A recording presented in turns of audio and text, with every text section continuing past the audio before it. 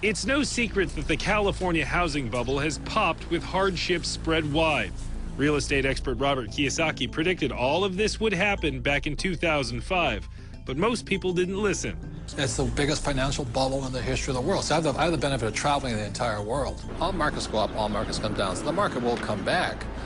But right now it's going to be a sled ride down. It might be down for a long time, simply because it's going to take more of a down payment because nobody trusts anybody anymore. And the next big sacred cow is your home is an asset. See, in 1997, I wrote in Rich Dad, Poor Dad, your house is not an asset. And at that point, every realtor stopped sending me Christmas cards.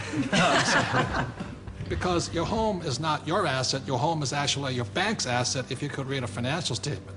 So, Kenny, you own lots of real estate? Yes. Is your home an asset?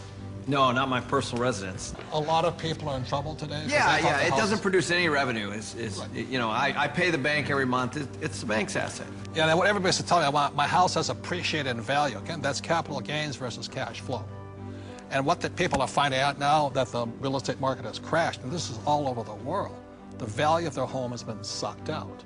And so now somehow people are upside down because they're really finding out it's a liability because they still have to pay the bank on that mortgage. You know, so let's say they bought a house for $200,000, they still owe $180,000, but the house is only worth $100,000 now. And they're now finding out that your house is not an asset, it's a liability. And I'll tell you, I'm the largest originator of FHA and VA loans in the entire country out of everybody.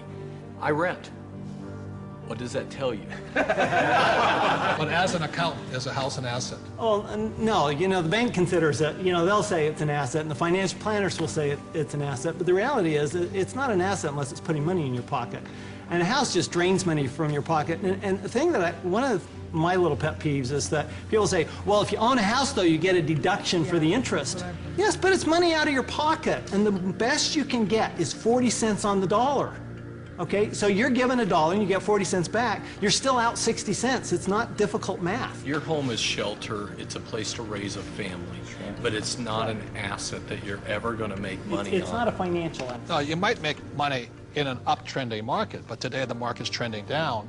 And that's why in 1997, what I said in Rich Dad, Poor Dad, your house is not an asset, was heresy. Now people are going, oh my God, I should have listened to him. So I'm not saying don't buy a house.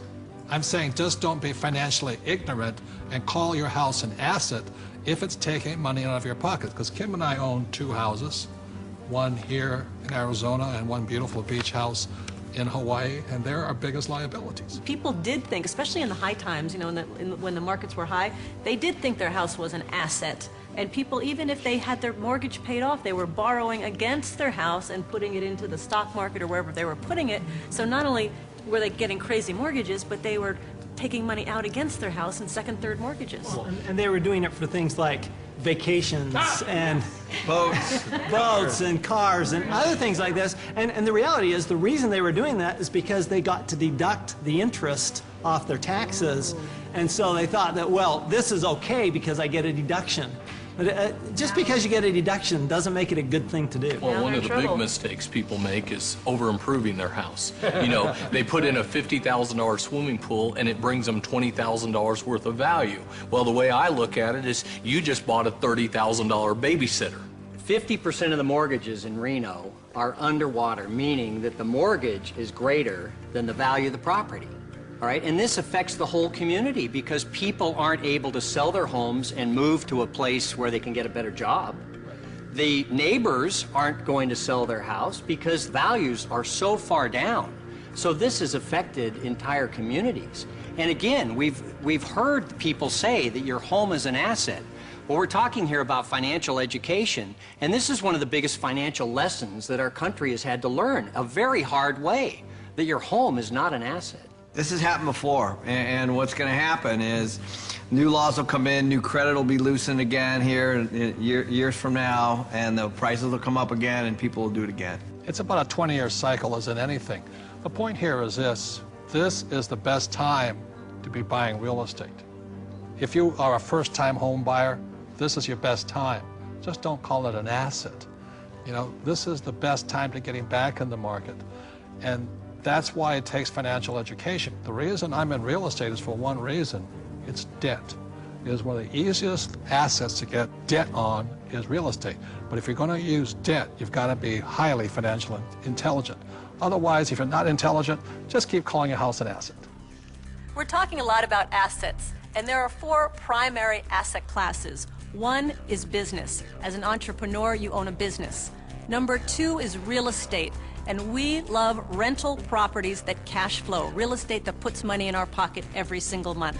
Number 3 are paper assets, stocks, bonds, mutual funds, savings. Most E's and S's are in paper assets today. And number 4 are commodities, gold, silver, precious metals, oil and gas. For Robert and I, we're in business. We're in real estate. We own hundreds of properties in real estate. We have paper assets and we have commodities. So for us, when we talk about diversification, we're in all 4 asset classes.